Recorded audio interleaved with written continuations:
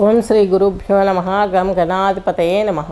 ఈరోజు వచ్చేసి మనము ఈ యొక్క రెండవ పక్షం ఏది మార్చి రెండవ పక్షం 16 to 31 వరకు జరుగు గోచార ఫలితాలు తీసుకుందాం. ఈరోజు తీసుకున్నట్లయితే మనకు గోచారం తీసుకున్నట్లయితే శుక్రుడు వచ్చేసి మేషరాశిలో ఉన్నాడు. శని భగవంతుడు రవి వచ్చేసి మీనరాశిలో ఉన్నారు. రాహువు కుజుడు బుధుడు వచ్చేసి కుంభరాశిలో సంచరిస్తున్నారు. ఈ యొక్క కేతు వచ్చేసి మీకు ఈ యొక్క సింహరాశిలో ఉన్నారు. గురువు వచ్చేసి మిథున రాశిలో ఉన్నారు. అలాగే ఈరోజు విశేషించి మనము ఒక్కొక్క రాశికి చెప్పుకునే ముందు కొన్ని విషయాలు చెప్పడం జరుగుతుంది.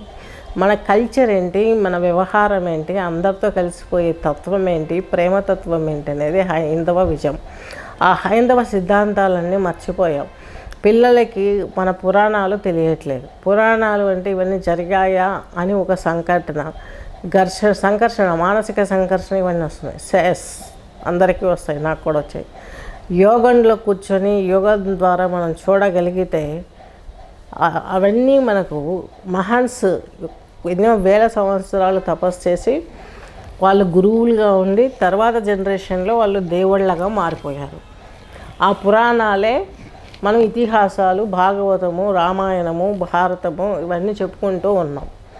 ఈ చెప్పుకునే విధానానికి తెలుగు రాని వాళ్లకు తెలుగు నేర్పించి ఈ యొక్క కథలను కూడాను మన చరిత్రను కూడాను అన్నింటినీ మీకు నేను చెప్పడానికి క్లాస్ తీసుకోవడానికి ప్లాన్ చేసుకున్నాను. ఇంట్రెస్ట్ ఉన్న వాళ్ళు ఈ నాలెడ్జ్ని గెయిన్ చేసుకునే అన్న వాళ్ళు నాకు నెంబర్ని కాంటాక్ట్ చేయగలరు. నెక్స్ట్ ధనుర్రాశి, ధనుర్లగ్నం తీసుకున్నట్లయితే మూలా నక్షత్రం 4 పాదాలు, అలాగే పూర్వాషాఢ 4, ఉత్తరాషాఢ వచ్చేసి 1 పాదం కలిపి ధనుర్రాశి ధనుర్లగ్నం కిందికి వస్తుంది. ధనుర్రాశి ధనుర్లగ్నం తీసుకున్నట్లయితే మీకు మీ రాశాధిపతి అలాగే చతుర్థాధిపతి అయినటువంటి బృహస్పతి మీకు సప్తమంలో ఉన్నారు. సప్తమంలో ఉండి మీ రాశిని చూస్తున్నారు కాబట్టి మీకు ప్రొటెక్షన్ లభిస్తుంది. మిమ్మల్ని మీరు ప్రొటెక్ట్ చేసుకోగలుగుతారు.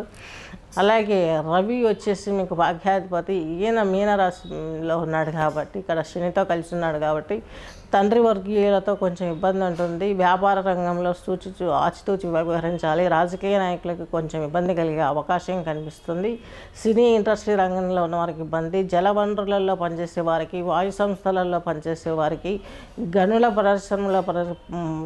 పరిశ్రమలో పనిచేసే వారికి, బిజినెస్ చేసేవారికి కూడాను అమితానందాన్ని కలగజేసే అవకాశాలు ఇక్కడ బృహస్పతి ఇచ్చే అవకాశాలు కనిపిస్తున్నాయి. ఈ యొక్క ధనుర్రాశి ధనుర్లగ్నం వారికి ఏది ఏమైనా శనికి మాత్రం మీరు ఖచ్చితంగా జపం, యోగం, హోమం చేయించుకుని తద్వారా యోగ ముద్రలో కూర్చొని జపం చేసిన ఆ యొక్క మంత్రాన్ని మేము ఇస్తే అది మీరు డైలీ 11 times కానీ 21 time కానీ అది మంత్రోచ్చారణ విన్నట్లయితే మీకు ఇంకా మంచి జరిగే అవకాశం చాలా స్పష్టంగా గోచరిస్తుంది. స్వస్తి.